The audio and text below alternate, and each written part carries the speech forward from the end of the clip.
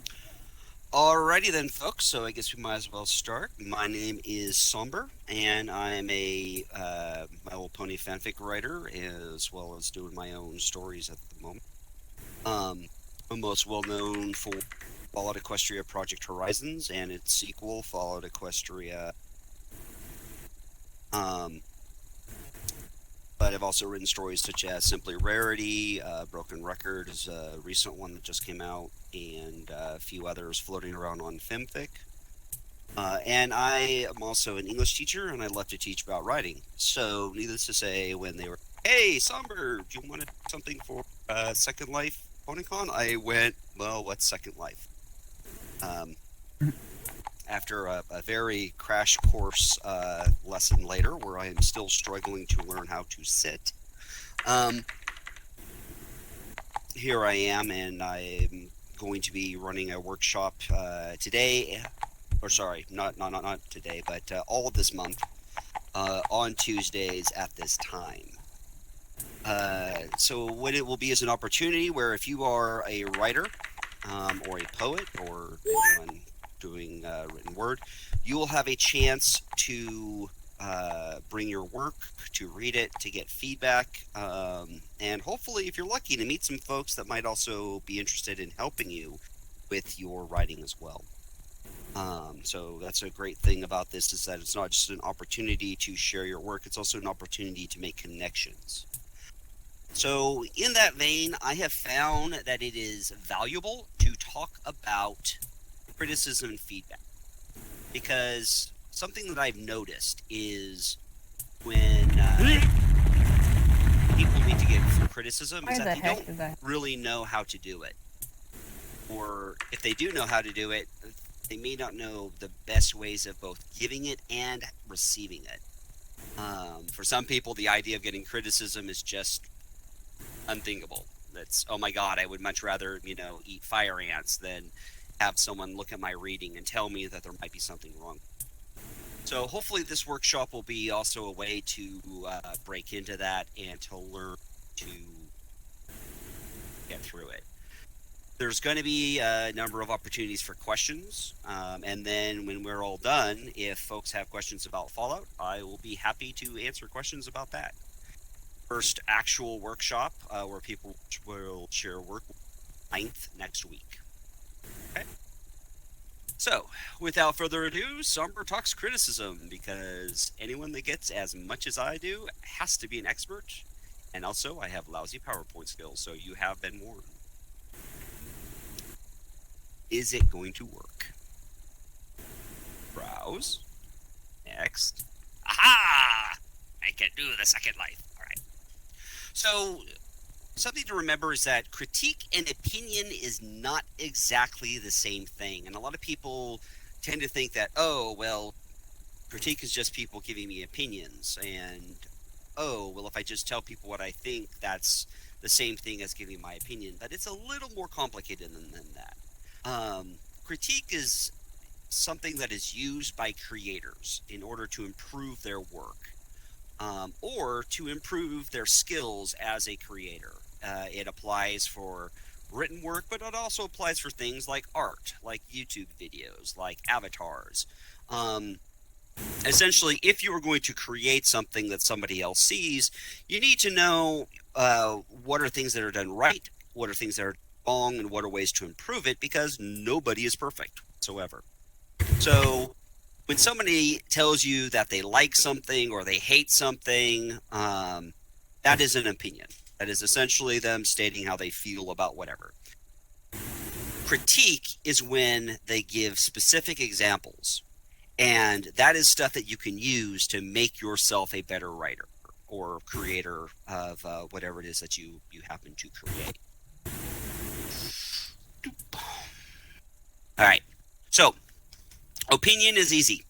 There are people that will give their opinion all day long and not feel the slightest bit of shame or hesitation about it. Giving critique is harder. And if you are somebody who says, oh my goodness, I have to critique something, or oh my goodness, someone is going to tell me something about my work, and you freak out, congratulations, you are in excellent company.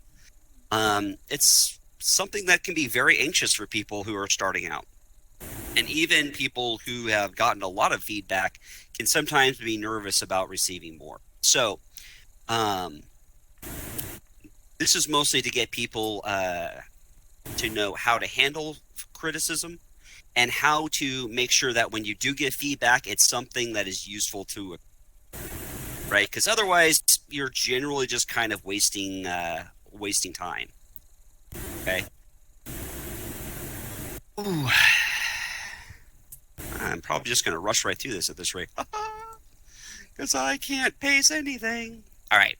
So, how do I do criticism?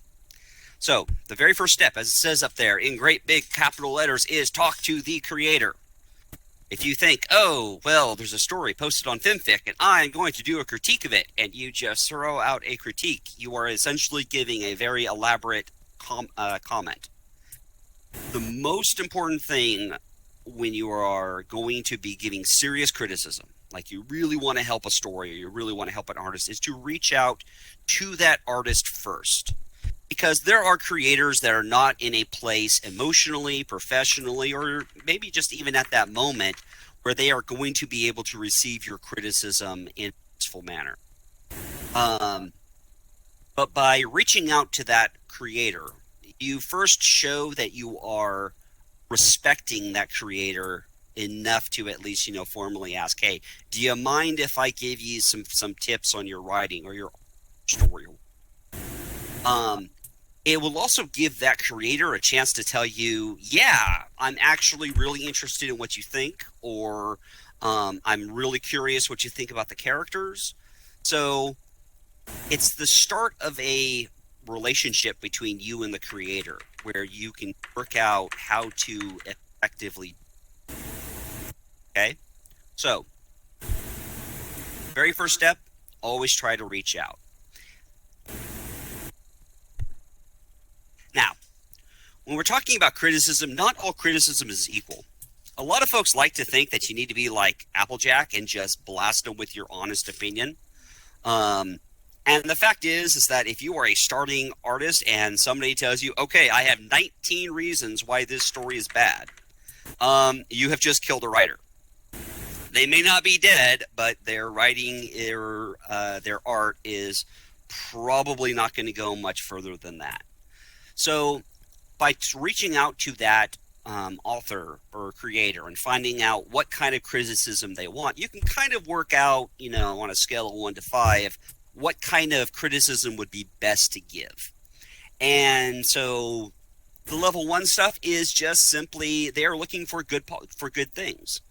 It could be that they are just starting out, or it could be that this is a story they are not really going to take very far, and they just want to know what were some good stuff to carry over to a rewrite. So generally, if they just want you just to point out highlights, and just focus on highlights. And generally try to be positive. Number 2, mostly good stuff is the same, where you might also give suggestions like, this was good, but you might want to think about this. That was really appeal to me, but you might want to consider trying this. And it generally keeps everything positive. It gives the creator something to do back. Level 3 is a good if you're not quite sure what to do, where you make one criticism that is positive, you make one criticism that is a little critical of things that can be fixed. You keep it on a 1-for-1, so it's not quite good, it's not quite bad, it's nice and in the middle. Step 4 is point out, the problems, like, okay, I read the story. Here are some things that jumped out at me that you might want to consider fixing. But overall, you're not really digging into it. And level 5 is hurt me, daddy, salsa verde, spicy type Applejack feedback. If someone wants level 5 criticism, odds are they probably know that the story has major issues, but they want to hit the most important problems first. It's not, a license to just simply go, to level 11 with your criticism, but it's that what they're looking for are problems. It's that they're not interested in being told, yeah, this was a good story and I really liked it. They're looking for what is the one thing this one character did in this one chapter that annoyed you, because they are that nitpicky on their story. Because if someone gets a level 5 criticism and you tell them, no, there literally wasn't any problem,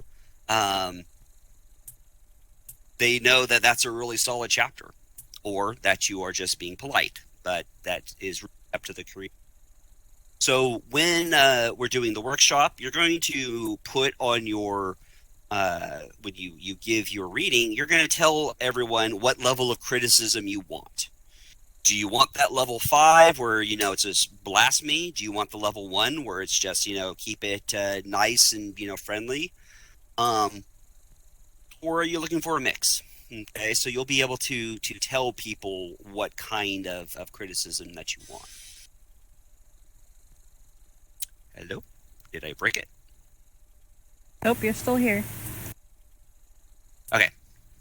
Now, some people might feel nervous about asking for a 1. Like, oh my goodness, if I ask for a 1, they're going to think that I'm lame and pathetic. Don't worry about it. Okay, if you are in a place where you're just looking for good bits, great, go for it. If you think, oh, I've got to ask for a 5 or they're not going to take me seriously as an artist, no. You're not like a hardcore real artist if you just get, torn to bits by your critics. You want to ask for the level of feedback that will be useful for you. Okay? Because if they are telling you things that aren't useful for your story, you're not doing yourself or the critic any favors.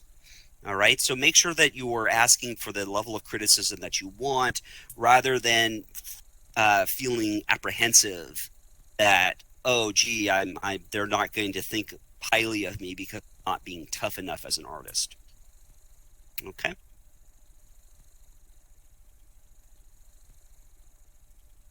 All right. So this is a big one. If you know anything about some of the criticism that I have received in the past, there's this place, you may have heard of it. It's called 4chan. And there I have gotten some criticism from them. And very frequently it is about how horrible a hacker writer I am. Now, they're all correct, but the problem is that any criticism that addresses the creator rather than the work has crossed the line. It is no longer criticism. It is insulting. So be aware that whenever you are criticizing the work. You are criticizing the story. You're criticizing the art. The second that you start saying you are starting to approach that point where you're going to be crossing that line. And it can be very easy to do. I have done it myself, where I'm like, you don't seem to have a very good grasp of English. That was very insulting for that person, and I had to spend a great deal of time rebuilding that relationship so that I could get my points out, because it was a good story, but they were an English speaker. They just had grammar skills. And so I made a comment that was personal and that completely undermined all my further criticism. So you need to be really careful whenever you use the word you. Use the work. Keep it off them as much as possible. And if you ever have someone that is deliberately saying things like, you don't know what you're talking about, you're a sicko, you're a this, you're a that, you're essentially just, this is not somebody that is interested in becoming a better creator. The creation a better creation.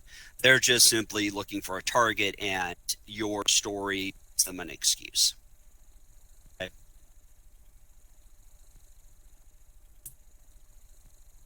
Oh, come on. I just browse.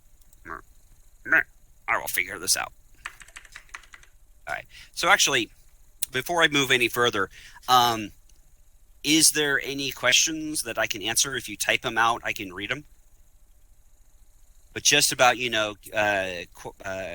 levels of criticism or getting criticism. Does anyone have any questions?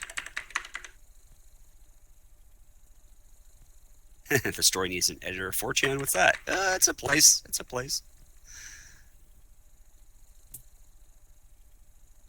No questions?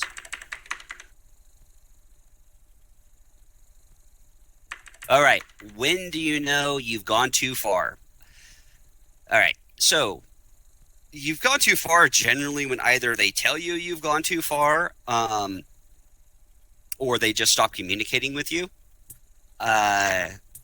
If you're at risk of going too far, especially with someone that you haven't built up a relationship with, you should stop yourself before then. It's better to be safe than sorry, because giving criticism is a relationship. And if they think that you are just simply going to be attacking them, why should they bother with you? So if you think that you might be going too far, just ask them, am I going too far? Is this not useful to you? And it's handy to phrase it in that way. Is this useful to you? Because it kind of eliminates the whole, oh, are you just not able to take this level of criticism? No, it's just, is this helpful? What level do you recommend to start with? If you are starting out and you're not sure, like maybe you haven't had people look at your work seriously, or you haven't given much feedback, I would start with a 3. Find something good, find something that needs improvement. Find something good, find something that needs improvement. And you basically match it one, then the other. If the story is really bad, you focus on the parts that need the most improvement rather than like listing 20 different things that are wrong with it and 5 good things. And that way it's kind of a good way of knowing what needs to be fixed, but you're not completely blown away by the level of criticism. So a 3 is a really good place, because I've known some people where they say they're starting out and people treat them like they're 10 years old, and they'll give them a 1, and they'll be like, well, this was good because, and I like this because, and this was good because, and it's like, okay, but I know this isn't a good story. What do I need to fix? Okay. So yeah, if I had to recommend, if you don't know exactly what level of criticism they want, or if they're not sure, go with the 3. Just keep it 50%, 1, then the other, then 1, then the other. Okay. Any other questions posted in nearby chat? Nope. All right. Moment. Is there anybody in the live stream that has any questions? Yes. If you do, post them now, and I will read them to Somber.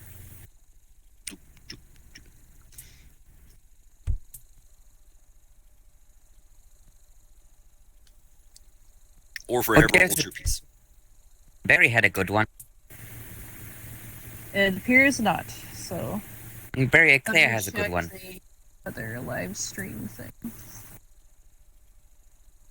Which... Okay. I don't know if they're different or not. Moving along.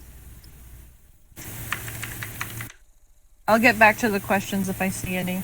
Sure, there'll be more opportunities to ask. All right, so moving along more into specific good criticism versus not so good criticism. Oh, come on. I will figure you out, Second Life. So here is the most useless criticism you can give another person. I like it. It's good. It's really good. Okay.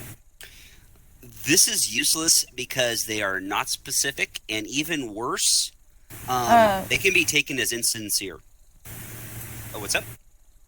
Someone said, I have a question. If a critic has their own content, and I said, fixed, quote-unquote, your story, how does one take it? Oh, somebody said they fixed their story. How should they take it? Oh.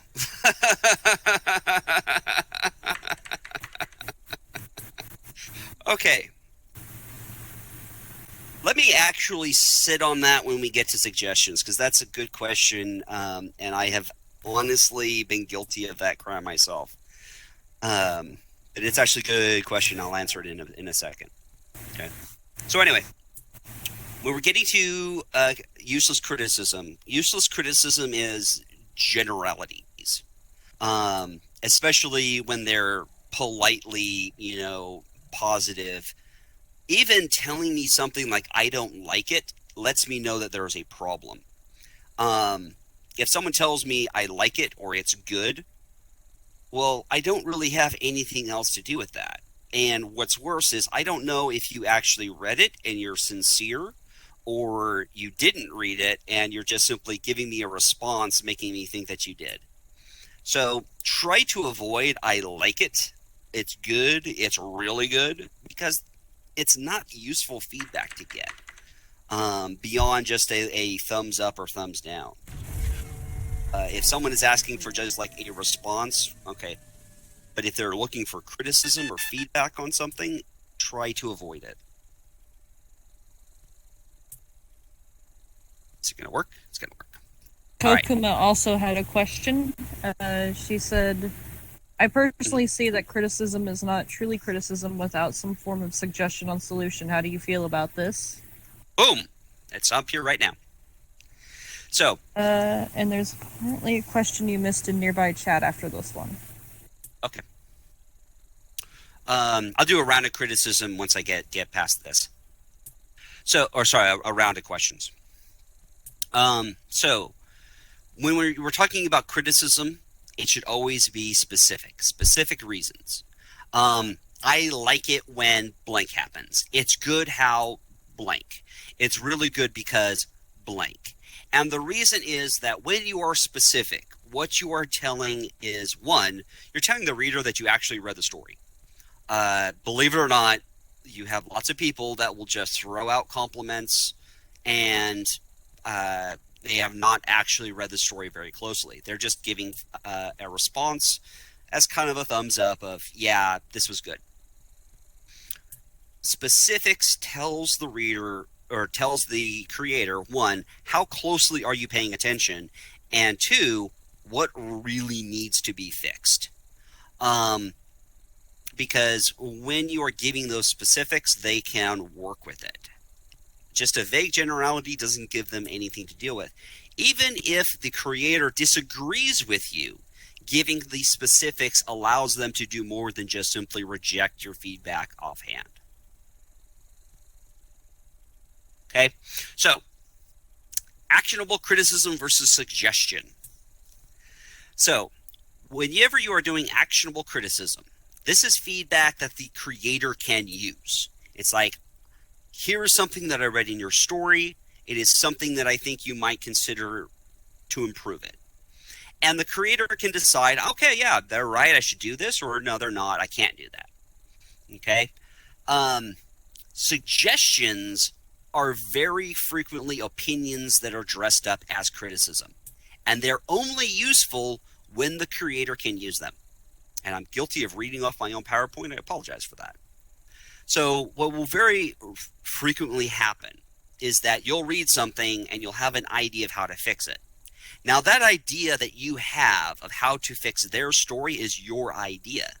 It could very well work for them, but they have to make it a part of their story. And so when people give suggestions, some people give suggestions as if like, you must do this or it is a flawed and terrible story.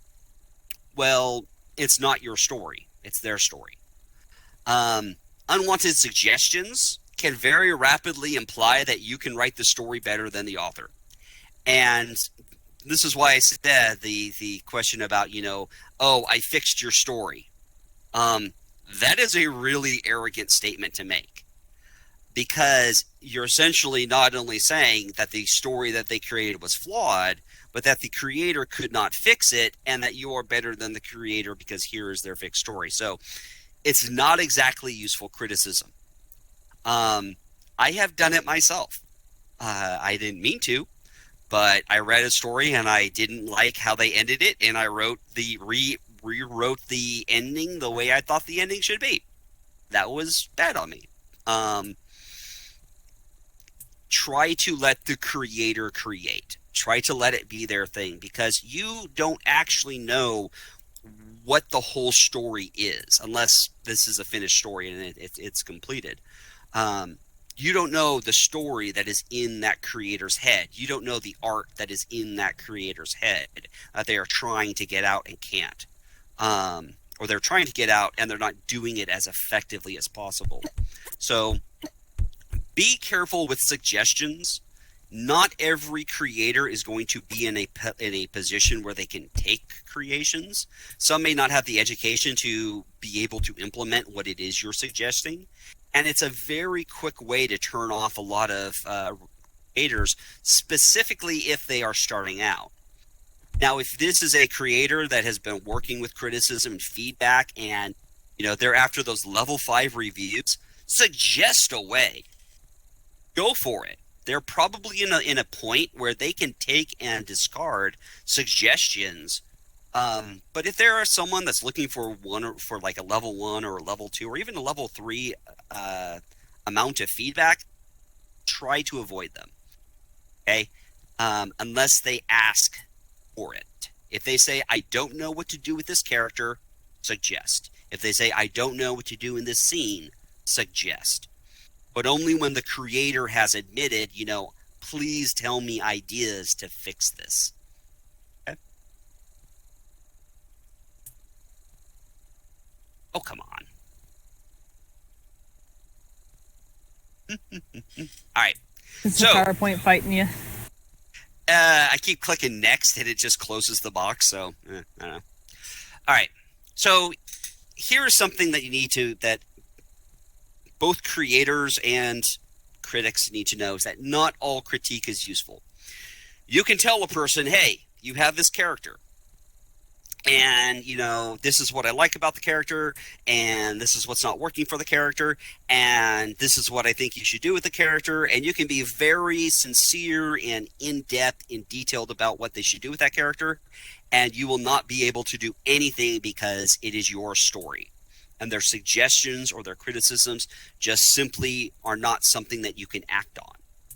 Okay? If you give criticism and a creator cannot use the criticism that you give, it does not mean that they are spiting you. Unless they specifically tell you that, I'm spiting you and you're a no good poo-poo head and I don't want to take your criticism anymore.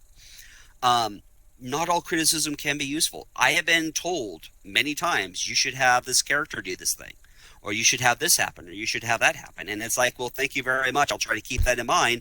But the reality is I know the story in my head better than they do the story that I put out. And so sometimes you have to just simply ignore criticism. Okay? Now, if you have 20 people telling you all the same thing, you might want to rethink your story. But ultimately, it's your story. You're the only one that can create it. You're the only one that can tell it. And sometimes you have to ignore 20 people. And it's hard. It's also hard because if you consistently ignore someone giving you criticism, eventually they're going to stop giving you criticism. And nobody wants that. It's hard enough getting feedback for a creator that it can cost you that. I had a great editor named Snipe Hamster who made suggestions for Horizons that involved major revisions of the characters. I couldn't do it. I did not have it in me psychologically or emotionally to make the changes that he wanted. And so what I eventually did was we had to part ways. And it was unfortunate because he was a good editor. He had good ideas and good suggestions. He was great with grammar, but the fact was that he wanted me to make changes in the story I could not make. So it just didn't work out. Okay, so bear that in mind, that critique is important, but not all of it is going to be something that you can use. Oh, come on. Work. Yes. Okay. So if you are a creator, and many of you are, I am very certain that you have gotten the "your story sucks" or your art sucks, or you can't draw, or that avatar looks stupid. Okay? Negative criticism is inevitable, and very frequently, negative criticism is merely opinion that is dressed up to make your life difficult. Yes. So, when you get negative criticism, you have to first ascertain, is this actual criticism, or is this a personal attack that is dressed up as criticism? And if it is generalized, if it is incendiary, if it is personal, this is just not worth your time. It's not worth your aggravation. Don't get worked up about it. Ignore the person and move on. If they cannot give you specific feedback and they're making personal attacks, it's not generally worth the aggravation. But negative criticism can be useful, because usually when negative criticism is given, it can be very direct and very sincere, and sometimes it's things that you may have overlooked in your own story. When I was starting out Horizons, I received a 7-page long, blistering review of my story that hated Blackjack, that hated me, that made personal attacks, and it just went on and on. And what stopped me from just deleting it from my mailbox was that it was 7 pages of this. And so I actually reached out to the person that wrote it and went, okay, I can tell you feel very strongly about something that I'm doing in this story. So, do you think that you could summarize it in about a page? And he did. And I thought about what his negative criticism was, and I realized he was completely right. That I had completely neglected an aspect of my story and my characters because I had just not thought of it. That person became one of my editors who has edited every work that I've done for the last 8 years. And he has always been sincere. He has always been direct. But it started out as a very negative, by him giving me very negative criticism. So just because something is negative doesn't mean you throw it out. If it's being personal, if it's attacking you as a person, that is when you would want to throw it out. But just something negative on its own is not enough to just throw it out. So the thing that he actually pointed out was just what P21 would have gone through with the trauma that he suffered. By the way, this presentation is PG-13, so I have to coach things a little bit. But the type of trauma that he suffered in 99, I was ignoring just how much harm and just some of the things that would have been going in his head traveling with Blackjack. And I realized that I had valid criticisms. So I couldn't act on what he wanted me to do. He wanted me to completely edit out the previous 11 chapters, and I couldn't do it. So what happened was I instead had the main character Blackjack have the same realization that I did. That, oh, wow, yeah, the stuff that happened in 99 was really messed up, and I'm a bad person for helping participate in it. And so that is the only way that I could honestly proceed from there. Okay. Almost done. Almost to like full question point. All right, last bit. Feedback is often messy, particularly when we're doing workshops. So when the way the workshop works, we'll get into more detail, but sometimes feedback will be stream of thought. Sometimes feedback will be off the moment. Sometimes feedback will be disorganized. Accept that. Expect that. it would be nice if everyone took their feedback and, arranged it into a nice, neat format that gave you exactly what you needed. But sometimes you have to wade through quite a bit of stuff. The important thing, both for giving feedback and receiving feedback, is to make sure that it's focused on the creator's work or improving the creative skill, not the critic's ego. All right? And even if criticism is a mess, if you are a creator that cannot get anyone to give you feedback, you know how hard it is to write in a vacuum. Almost. All right. This is the last bit. Criticism is necessary. There are some people who will reject all criticism, that any criticism is seen as a personal attack, and they will not allow it. If you encounter such a person, say, have a nice day and move on. If you are such a person, I hope that you will take this to heart, because criticism is how creators grow. The only way that a creator grows without receiving criticism is by luck. Okay? You may, by chance, stumble on improving your work or improving your story, but if you never actually get feedback from other people, you'll never know what you're doing right. Some creators do this their whole lives. Emily Dickinson was famous for never, ever taking criticism for her work. She has basically started good, and her family saved the very best works of hers after her death.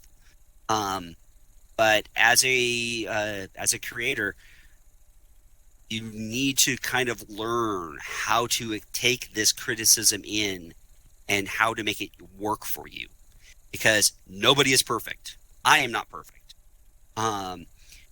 And by allowing that criticism and by picking and choosing what is useful, then you can actually grow as a person. Okay? It can also help you with motivation, because if there is someone that cares about your work and they're like, look, I want more, please give me more, it can motivate you to create more. Otherwise, the only one providing that emotional push is yourself. All right, so I think this is question time, I think. All right. I sent you a question you missed earlier in your IMs. Okay, IMs. What if you want criticism, but what if you want criticism, but you know it will upset you horribly? Oh dear. Okay, so if you want criticism, ask for one or two. Work to build up that callus. It's hard getting other people, especially total strangers, to read your work and to give their feedback on it. Even getting their opinion can be nerve-wracking. Like, oh, they just read my short story. What if they say it's bad? What am I gonna do?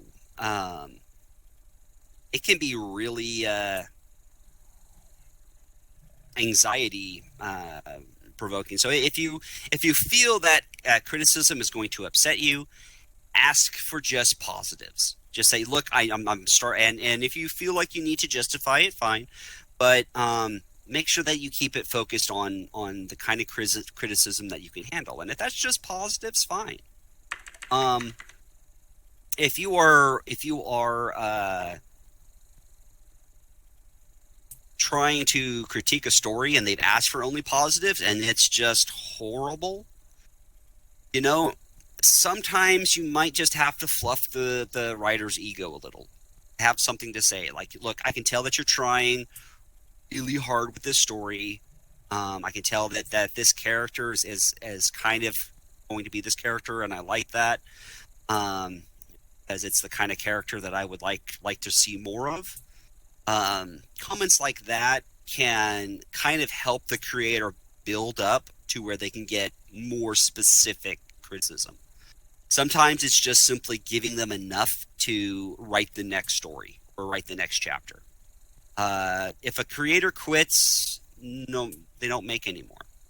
And so I would always like to see a creator do better than to just try to shut a creator down to like soothe my ego. Is it a bad idea to write a long storybook out of spite of a rude critic? It's your time. If you are the sort of person that just has to write a thing to respond to a critic, I guess, but it's kind of petty. I know that Michael Crichton, as he was getting on in his years, was very famous for taking his critics and essentially raking them over the coals. And he named a pedophile in one of his stories the name of his critic. He was dying of cancer at the time, but it was rather tasteless. Really, it's your story.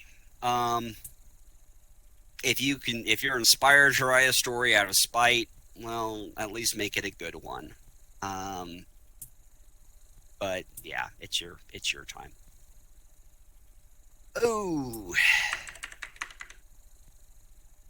Oh, keep writing your own book out of spite? Well, hey, sure. Whatever motivates you. Like if there's a negative critic out there that just keeps bashing you, and you're like, aha, well, I'm going to finish to spite you. Okay, well, at least you got something out of the criticism. I'm not going to say whether that's a good or a bad thing because it's ultimately up to you to write it. So, yeah. All right, next question. Is there a good way to avoid self-bias towards assuming points of critique are wrong? You did skip a question, hun. Oh, did I? Is Dribble said, did you expect this kind of turnout? I don't know. I have the camera turned, so I can't see how many people are in the room because it would, probably make me nervous. So. Oh. Okay, so I sent you the other. Is mayonnaise I'm trying an to instrument? send you as many as I find. No. I don't believe that mayonnaise is an instrument. Is there a good way to avoid self-bias towards assuming points of critique are wrong? All right. So nobody is perfect. We all come with our own load of baggage and assumptions and experiences, and we will be bouncing our story off of people that have different experiences. It's good to always keep yourself humble and to realize that other people have life experiences that you do not. I wrote a character with a Jewish character. I wrote a story with a Jewish character, and I am not Jewish. And I was essentially running off of some stereotypes that I mostly got from Mel Brooks. And I had a Jewish reader who corrected me on some of the things that I was getting wrong. And I corrected myself. So yeah, I would say that humility is the best way to avoid self-bias. And look to see if they're making personal attacks or if they're addressing the story. If they're making personal attacks on you, you might not want to consider their criticism. If they are being specific in your story, that might be useful. Okay. How important are derivative works? I would not be here if it wasn't for derivative works. Derivative works are essentially stories based off other stories, aka fan fiction. The thing with derivative works is that while they can be great practice, and there is an audience to give you feedback for, you can only do so much with it. If you ever want to go anywhere professionally, you will have to write original work. So it's good to get that practice. Fan fiction is great for just building up that, writing skill. But it does have a bit of a dead end as far as making a living. For backstory purposes of building a character only, do you think it is okay to have a long story or a short story for criticism? I don't know. For backstory purposes of building a character only, do you think it is okay to have a long story? It really depends on what you are trying to do with this story and this character. Yeah, some stories can be done in a few pages or even a few paragraphs. Other stories, you need a couple million. I unfortunately fall into the latter. You're going to find more readers willing to read a short story than you are readers willing to read a long story. So you can always keep that in mind as well. Ignore the audience, turn the camera. What do you do when you're like halfway done with a story and realize your character is a Mary Sue? Okay, so my second discussion that I'm going to have next week is going to be on character. So I will be able to address this in much more detail then. I will say, however, that if somebody tells you that your character is a Mary Sue, they are not giving you criticism, they are giving you opinion. Mary Sue is a label. It is a label that essentially says, I do not like your character. When they are specific in their reasons, then they are straying into criticism. But Mary Sue is all too often just an excuse for, I don't like it. How do you deal with people that say your characters have done something illogical without saying they are wrong?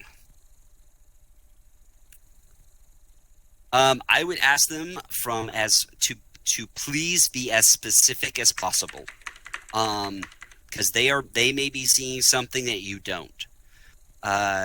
When other people read your work, they don't have the story in the head filling in the gaps that may be there. So you may have your character doing something and they just can't, and you just can't see it because your brain has automatically justified it. So ask them to be specific. What is illogical? Where in the story are they illogical? And once they point that out, you can then go back and verify, oh yeah, I am being kind of illogical there. I should probably back up what this character is doing, or reply back to them, I looked through that area and I'm still not sure what you mean. Most critics, if they're serious about improving you, will take some back and forth, because it can be hard sometimes to get a point across. But goal is to make for a story. It's worth the effort. Oh, how can one change if they are the type of person that takes criticism personally? Stop taking criticism personally. Criticism will almost never be personal. If someone says you're a horrible writer, they are not giving you criticism, they are personal insult. If somebody tells you this is a horrible story, then you have to ask them why. If they can't tell you why, they're not doing you any favors. But if they proceed to write a 7-page long dissertation about why your story is horrible, you may want to pay them closer attention. Again, by keeping the criticism non-personal, you avoid a lot of that reaction of defending yourself rather than admitting, this story might need improvement. Okay, so yeah, when you're talking about criticism personally, it's a skill. It takes a lot of practice to build up that callus of just having people burn you. So you're like, okay, no, personal attack, whatever, moving on. Is it better to exposit on the reader when it is faster to get the information instead of just leave breadcrumbs throughout the story? Okay, it depends. This is actually getting into plot, which is going to be my third presentation in 2 weeks. So I am planning on talking about this more in detail. The answer always is it depends, because sometimes you do need that brick, but this will cause concussions in your reader. So it's an art to know how much to put in, how to sprinkle it. I'm going to be getting into more detail, but yeah, that is the answer, is that it depends. And it's a really horrible answer. I know how frustrating that is. All right. Like, how do you give a character plot armor without giving them too much plot armor? Every character has plot armor until you write, and then they died. And even then, they may not die if you then write, and then they came back to life. And then they died, and then they came back to life. I may have done this myself repeatedly. Yeah, that So plot armor is something that, again, does not exist. It's like Mary Sue. It's a phrase that people use to label something they don't like, but it's not specific. If somebody says your character has plot armor, ask them for specifics. Like what is it about this character and that makes it seem, and they're like, you just got them shot 20 times with no explanation about why they're not dead. Oh yeah, maybe I should also mention they have a force field. Okay, good. But you have to understand all characters have plot armor. If a character dies, it is because the writer decided that they died. If a character doesn't die, it's because the writer decided a character doesn't die. It's like every character in a story has plot armor. Like no character is just going to naturally die. So the story, they die because of decisions that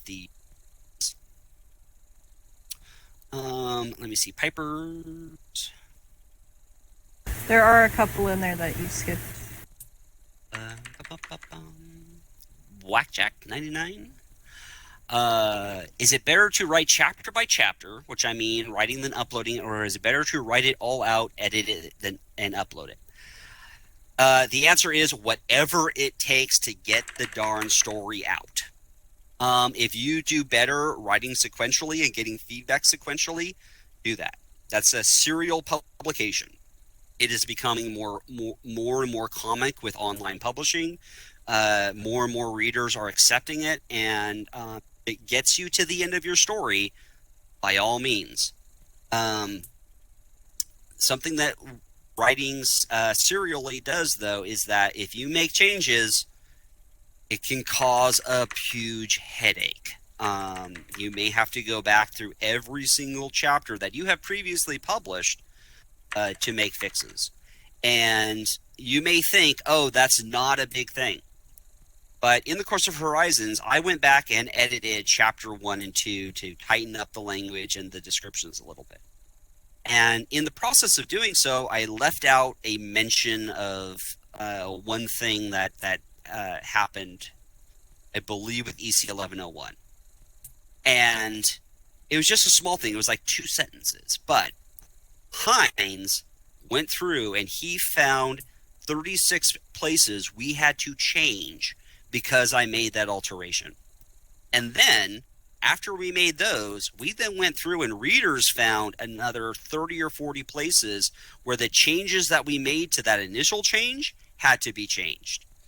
So, publishing chapter by chapter is a lot trickier than writing it all out and putting it out there. But if that's how you write and get it out, that's how you write and get it out. Where does one start when beginning writing?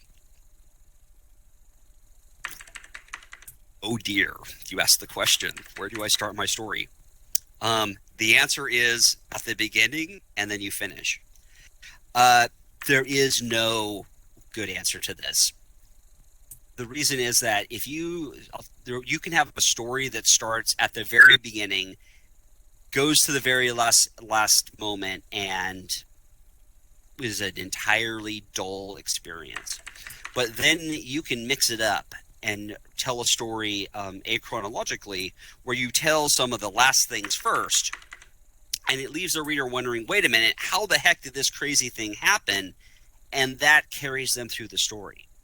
So starting a story is by far the biggest headache that every writer will have to deal with, because you don't want to start it too late where you're now making the reader chug through backstory that honestly is not affecting the main plot. But you also don't want to start so far into it that, you're missing critical points. So yeah, I wish that I could just simply say you always start it here and that's where you want to start. Vonnegut recommended that you want to start a story as close to the inciting incident of the story as possible, so that the reader has the littlest amount of story to wade through before getting to the end. And I can definitely see why that matters, because if I had followed that, Horizons probably would have been about a third the size it actually was. Okay. What if you were typed to criticism personally? How you doing? It's illogical. Have I missed any? Let me see. Here's some that have been added.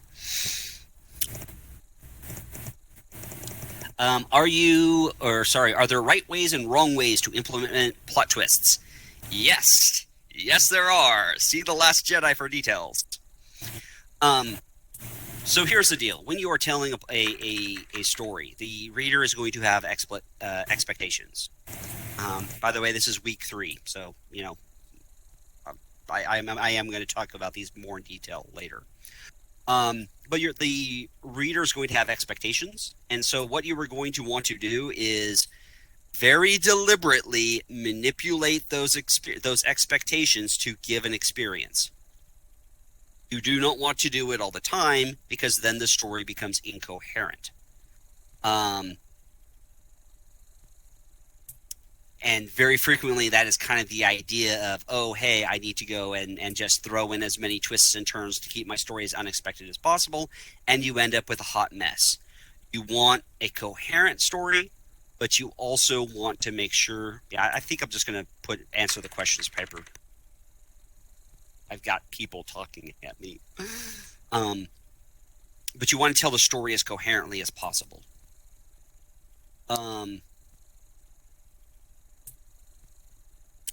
So, what are some writing practices that you've seen that are bad or should be avoided?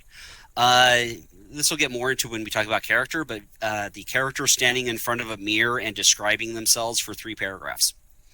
That is something that I have seen. That is something that needs to stop. My character just woke up and now goes through 5 pages of their morning routine. This is very creative writing 101. And while it can be useful as a character study, it is boring. You better show me something interesting very early on. And yes, I also started the very first thing, so I actually started Horizons the exact same way, and if I were rewriting it, I probably would have started it differently.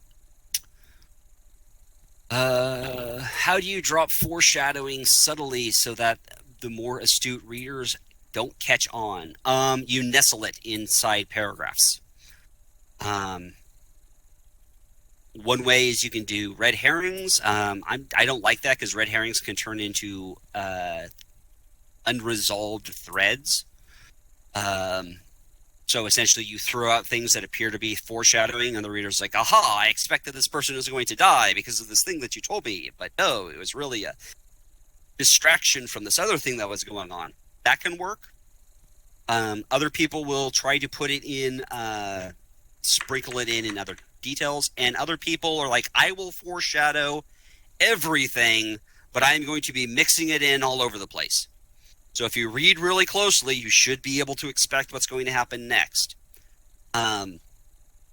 Like in Horizons, if you read it, you'll notice that anytime good things are happening, watch out, because usually there's going to be a wham episode following. That was one way that I foreshadowed in my own story. Watch out. If Blackjack is happy, something is going to happen to make Blackjack unhappy. How do you deal with when people say that your characters have done something illogical without... I think you've already asked that. I have another question. If someone provided criticism about a certain plot or character, and you ironically was considering the critic's scenario of a long story for the draft of the story, but you decided to scrap the idea, how do you said situation? I don't know. So, and you ironically was considering the critic's scenario of a story long before the final draft of a story. What I would take away from that is that I have a good idea. It may not be an idea I can act on, however. And so sometimes you just have to take a story idea and put it in your back pocket and just go on your day. It's not something that you can act on. But that doesn't mean that you just throw the idea away, because there may be a time in the future where you can use that idea. And so that's mostly what I was taking from it is, okay, here's some criticism that I can get. The idea kind of works. I'm not going to just simply discard this idea now. And that would probably be the best thing that you can do with that situation. All right. Any other questions?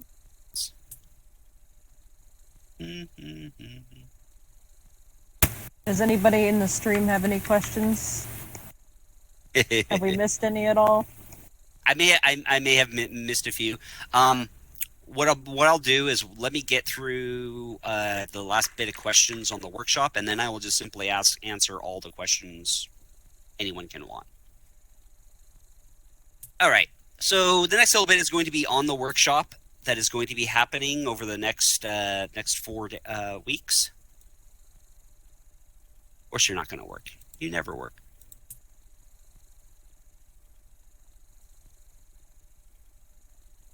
Hello? Hello? It's trying.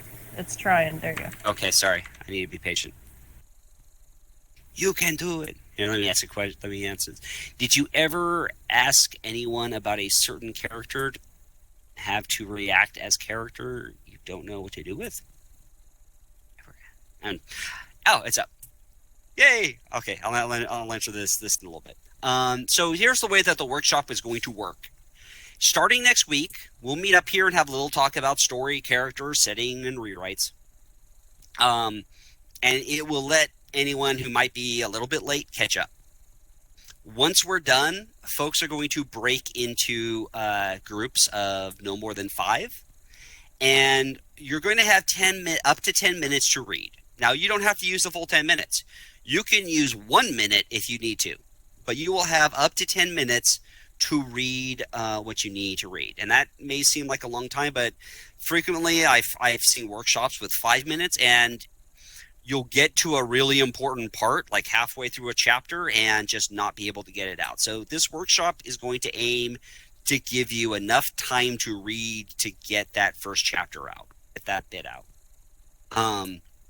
At 10 minutes, however, sorry, the group's going to cut you off and move to giving feedback. Everyone else is going to have 5 minutes to give their feedback. Okay? Everyone, at least you should have about, a minute, maybe minute 50 seconds to get out the important parts. If somebody says something that you agree with, just simply say, I agree on this. I agree on this. Just move on to points that other people have said.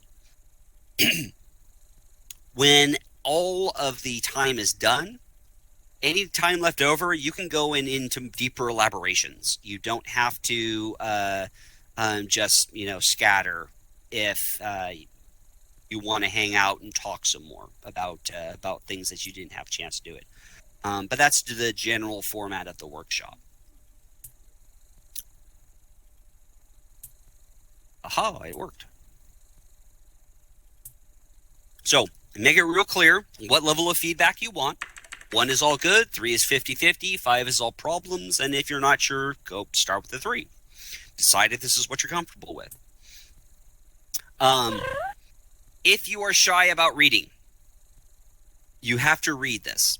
The reason you have to read it out loud is twofold. 1, not everyone reads at the same speed, but everyone listens at the same speed. Okay? And the second reason is when you read a story out loud, you will start to see or you will start to hear breakdowns and mistakes and whatnot that your eye misses. Okay? Because when you're reading with your eye, your brain will automatically plug in words that you meant to put in but didn't.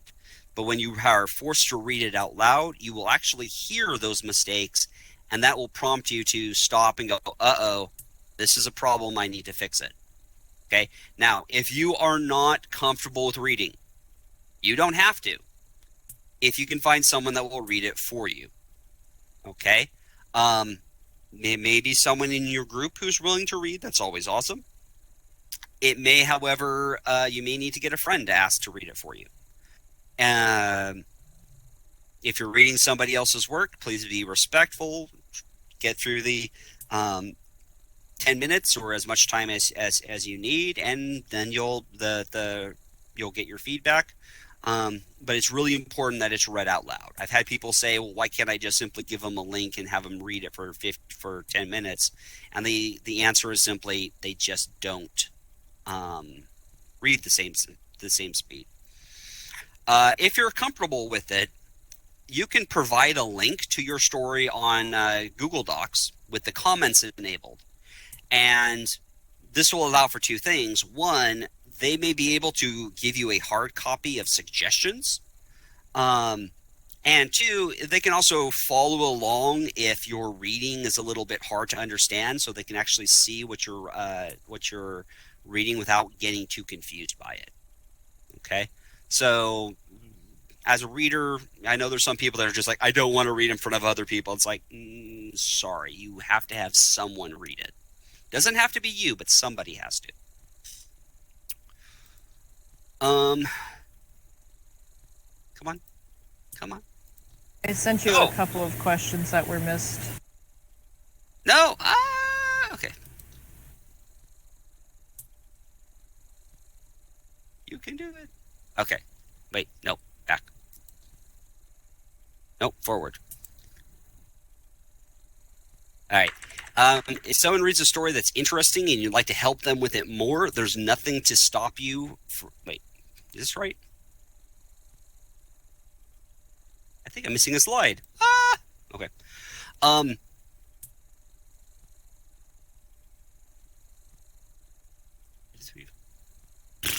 Sorry, folks.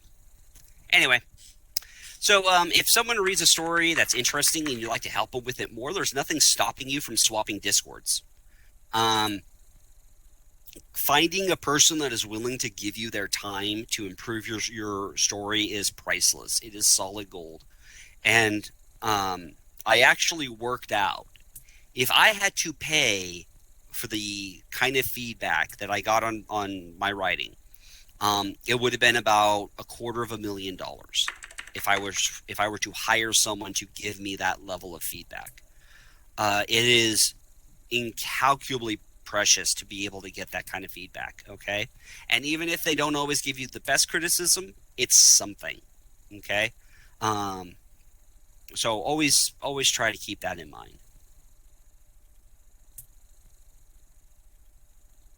All right. So any other questions about the workshop? There's a couple that I sent you, but before we move on to questions, I need to move rooms. Can we take a 5-minute break? Sure. All right. I will be right back. Okay. Brief break. We'll run to the bathroom if need be. It's fine. It's been an hour. That's a long time to listen to me yammering on. Ooh.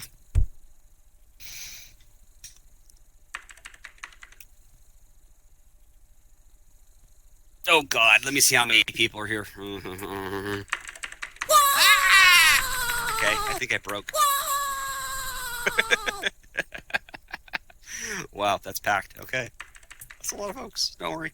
It's fine. It's all fine. We'll figure out. We'll make it work. Glad to see you here. Spin! Spleen? Would you consider Trottenheimer's Folly to be a literal Chekhov's gun? Sorry, what was that question again? I said, would you consider Trottenheimer's Folly to be a literal Chekhov's gun? Yes. Yes, I would. So Trottenheimer's Folly, for those that don't know, was a super gun that was put in that blew stuff up. And it actually had a critical story role in both affecting the character and whatnot. So yeah, it's a literal Chekhov's gun. I'm not sure if that counts as witty or not, but yeah, that's what I was going for. Could you define what Chekhov's gun is? I kind of forgot. So Chekhov's gun is a literary technique in which you essentially are putting an object in a story that has importance later on in the story. It's a form of foreshadowing. And Chekhov was a playwright who said, if you have a gun on stage, by the end of the play, that gun has to go off, or that gun needs to be removed from the stage, because everyone is going to be wondering, what is the purpose of that? There is essentially a philosophy in writing where if you have details, they should be important to the plot. You never want to just have details for the sake of details. I can agree with that up to a extent, because it's very easy to just throw in detail fluffing to pad out your story. That is actually getting into detail versus immersion. But yeah, whenever somebody is referring to a Chekhov's gun, they say there was a small minor detail that was actually very important later in the story. You just may not have thought of it until, oh, wow, yeah, that was really important. Don't be Tolkien. Yes. So, if you've never read Lord of the Rings, lots of people have seen the movies and they're like, wow, this was amazing. Tom Bombadil. He actually had a lot of stuff in there that was very important to him. But quite honestly, could have been taken out and were taken out for the movies because they didn't actually advance the plot in any way.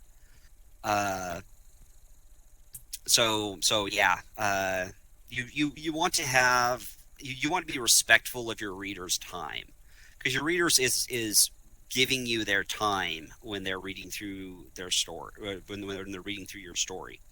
And so if you're wasting it on things like, descriptions, that description better either build the world, build the character, or advance the plot, because otherwise people are going to be wondering, why am I bothering to read this? It also depends on the genre. Some genres, like romance, are absolutely non-forgiving for fluff. Others, like fantasy, they'll be a lot more forgiving for fluff, for world building. But you want to watch out about just simply, going on paragraph after paragraph after paragraph with what you think is, oh, I'm painting a picture. Well, most art galleries are boring, so. Ooh. So as I was saying in text, would an amulet that your character wears that gets a lot of attention drawn to it during the story, would that be considered a Chekhov's gun?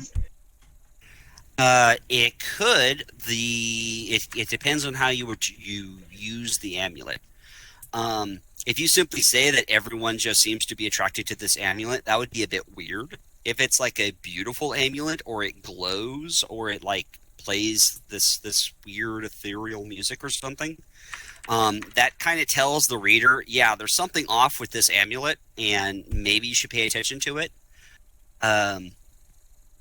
So you want to be very, very careful. Later on, I'll go into show versus tell, and telling a reader this is important, or this is interesting, or even this character finds it interesting, is very flat. Whereas if there's a characteristic of it, it can then be much more engaging for that. Okay, now here's the question I think we all want to know. What would happen if Blackjack met Puppy Smiles? Hugs would ensue. Lots and lots of hugs. Blackjack would be like, I want to hug you outside of the suit. Oh, I'm melting. I don't care. You're worth it. You're adorable. Personally, I think Puppy Smiles would be the perfect daughter for Rampage. It would be difficult. It would depend on if it was pre the angel or post angel. If it was pre angel, it would end in tears, lots and lots of tears and melting. If it was post angel, yeah, possibly. I honestly think that rather have Puppy Smiles as a sister than as a daughter. Ooh, I got lots of people telling me. Lots of tears and Oh. That's horrible. All right.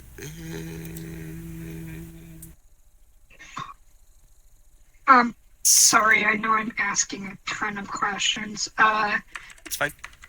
Is I got 45 more Deo minutes. still alive in the river? We saw him go into No. the river, but it never seemed like he was out and out dead. No, he died. If he didn't die in the river, he certainly died when Horizons went off.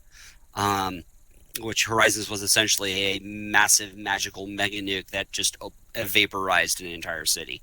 Yeah, Deuce is gone. Unless you have a really awesome fanfic idea in which you want to write the resurrection of Deuce, in which case, hey, whatever, go for it. Like, if you can think of a way to fish him out of there before Horizons blew everything up and you have a story for days, cool. Well, I mean, just how strong is the river? Because, I mean, we saw it spit a boat through a freaking building like a cannon. Yeah. So couldn't it have washed away a tank downriver? Oh, easily. Water is horrifyingly powerful.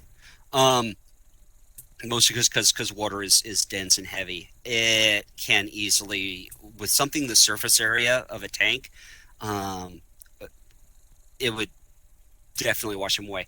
Now the thing is, once again, it's essentially all up to narrative. Like, if you wanted to tell a story with Deus, and you could say, yeah, he was washed maybe a quarter mile, but then someone was able to fish him out. Because I feel like he would have a good redemption story after everything he's been through. He did, and I'd like to think that his redemption story finished with the battle at Chapel, where he's like, I am a good pony. I did really screwed up things, but I am not defined by those things. I am defined by this thing. To be fair, he was tricked into doing those things by Brass. Oh yeah. He was dealt a raw hand, but he also did wrong things. Even after he was augmented, Brass didn't trick him into doing the things that he did once he was augmented. But as far as his arc was, I am a monster. Everyone tells me I'm a monster. I'm going to be a monster. And then Blackjack said, "You were a pony once. You can choose to be." And she was the first person that gave Deus a choice, and that can sometimes be an. Mm-hmm. Kind of like how Scotch Tape gave Precious a choice. Yes. Up to that point, Precious was just the monster filling. Mm-hmm. But then she finally had a friend. Yep. Even if that wasn't the original intent. Yeah, it's just like, you were the first person that was nice to me. It's like, oh, wow, that's odd. I never thought of actually being the first nice person to a person, but... What is this strange feeling? Ew, get it away. Like your fluoride. Sick me. Yeah. Oops. Sorry. If Blackjack didn't officially kill Deuce, does that make her a Reaper? She's a Reaper for killing Gorgon. And, blowing up the Celestia. What's that? And blowing up the Celestia. Oh, yeah. As far as Big Daddy is concerned, yeah, you're a Reaper. Like, if anyone asks me, is Blackjack a Reaper, I'm going to say yes. I'm not going to say, no, we offered her to become a Reaper, but she turned us down. No, Big Daddy's going to absolutely say Blackjack is a Reaper. The only thing that may have made her lose her Reaper membership was when Cognito was controlling her and being a bad person. And being follower to insert here. Yeah. And being a Deus's favorite word. Yeah. Other than that, no, she was a Reaper just because Big Daddy's like, no, you're a Reaper, sorry. Now, would the Reapers have calmed down after the events of Project Horizons? They would eventually become obsolete. Personally, I feel like they'd make a good peacekeeping force. Eventually they very well would have. Once the eater was gone, the core was gone. You absolutely would have had new power structure being rebuilt. They probably would have been a part of it because, sorry, you can't have papers and have civilization. Never mind. I'm not saying current events. Shut up about current events. No, go fish. That was just of the top 10. There were only 2 left. The Reapers themselves are like hundreds strong, though. Yeah, they essentially had their pick of the gang, but after the after the Remnants got done with them, they really didn't have a lot of people left, especially when Big Daddy disappeared. He went freaking Super Saiyan. The gangs would probably be around for about another decade or so, but they would eventually just be civilized out. Same with the Harbingers, same with the Zebras. There really wasn't a place for them in that future. Another thing that made me really curious, in the epilogue, when Blackjack is looking at, oh shoot, was it Duty or Sacrifice that had the names on it? Vigilance is the one with the names. Yeah, Vigilance. Hey, when Blackjack was cleaning Vigilance and looking at the names, is there a particular reason why the lineage went away from game names? Or was that just supposed to be a kind of natural naming progression?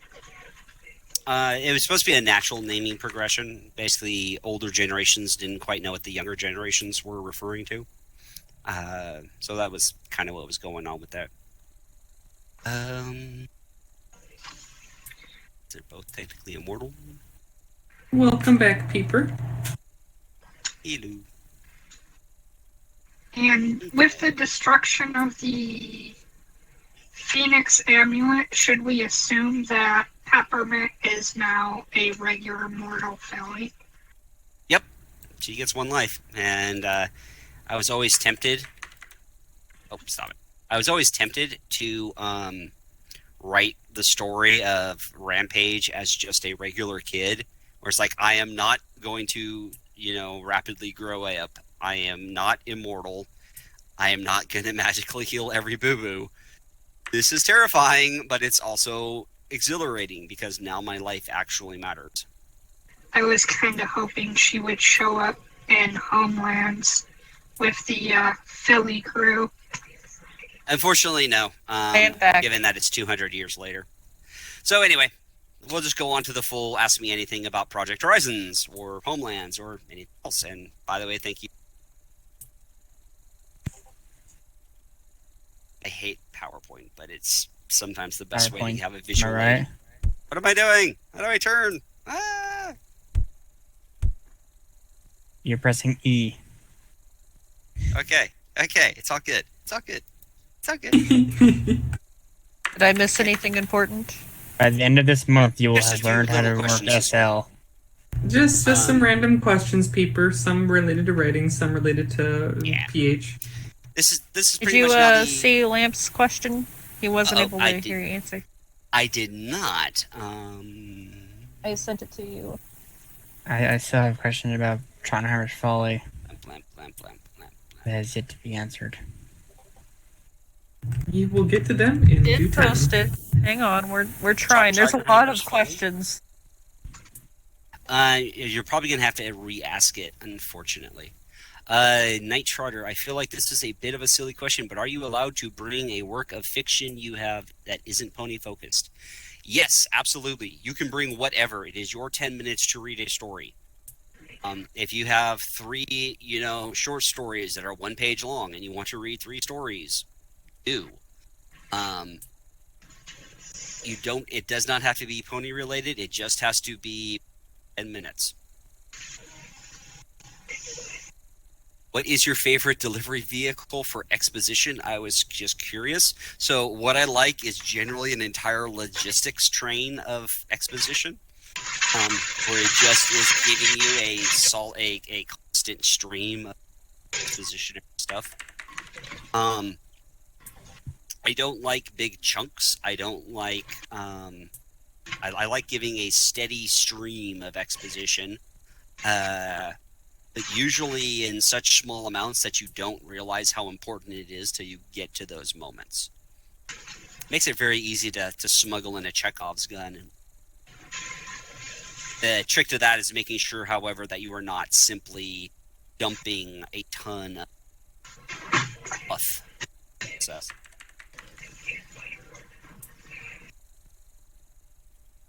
Lamp, where's your question, Lamp? Just answer. Oh, I just answered it. Okay. Woohoo! Let's see. We do need to wrap up here. It is almost time for Dr. Oates' panel. Okie dokie. So, rapid fire questions. This would be the best time for that. Yep. How would a role player write a story? Because I do a lot of improv things with Ponytown roleplay. Not as a role-playing session. Role-playing sessions are interactive for an audience of 6. Stories are for an audience of much larger than 6. So you want to take that role-playing story and you need to make sure that it's fleshed out in a format that is good for a reading audience, because they are not one and the same. Will you Favorite still letter O, because it's a 0. will you still be around after will you still be around after the panel if we want to sit and chew the fat with you? Unfortunately, I won't. I'm unfortunately also doing work stuff at the same time. But I will be here every week. And I will usually be around Carbondale at least an hour beforehand. So if you have questions that don't quite, that need a little more time, you can probably ask me then. Sounds Somber. like I'm hanging out at Carbondale quite often on Tuesdays. Drivel has asked this question many, many times. Is it possible to... Wow. Yes. Is it possible to survive? So here's the sad bit. If Blackjack had shot Rampage with Trottenheimer's Folly, Rampage would have survived, and she would have lost a shell. Now, I don't know what landmass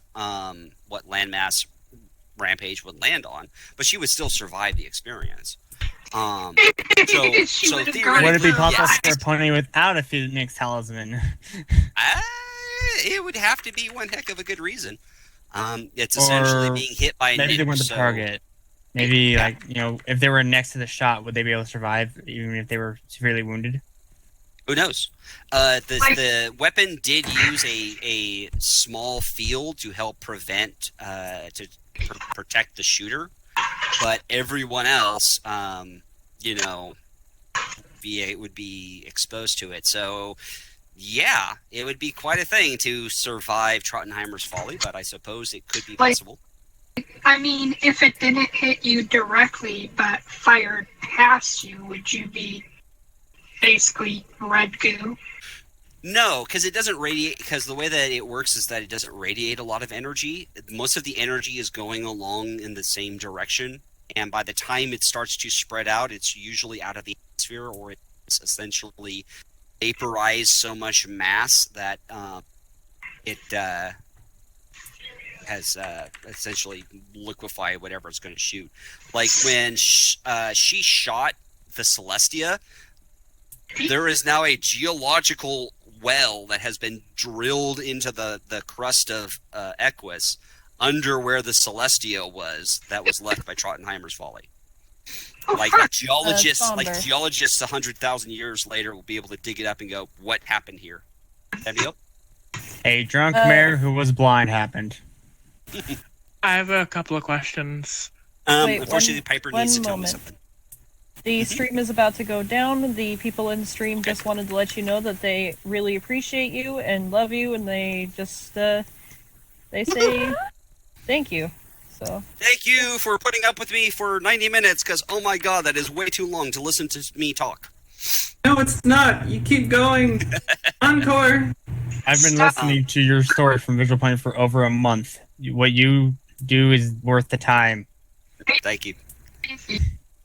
All right. Is So- Trottenheimer's Folly still in existence, or did it get destroyed by Horizons? It would probably be destroyed by Horizons, but I don't know. If you can think of a way that it could have survived, you could use it in a story. I, however, believe that it was probably destroyed along with the rest of the core. Okay. So, wasn't it on the moon? So it would have probably gotten caught in the blast and fired the shot. yeah, no, she used it on the legate just Oh, before I the missed very that end. part. That's fine. That's cool. It's all good. So again, I will be here next week. I will be here the week after that, and the week after that, and the week after that. So if you have more somber questions, you can come and find me.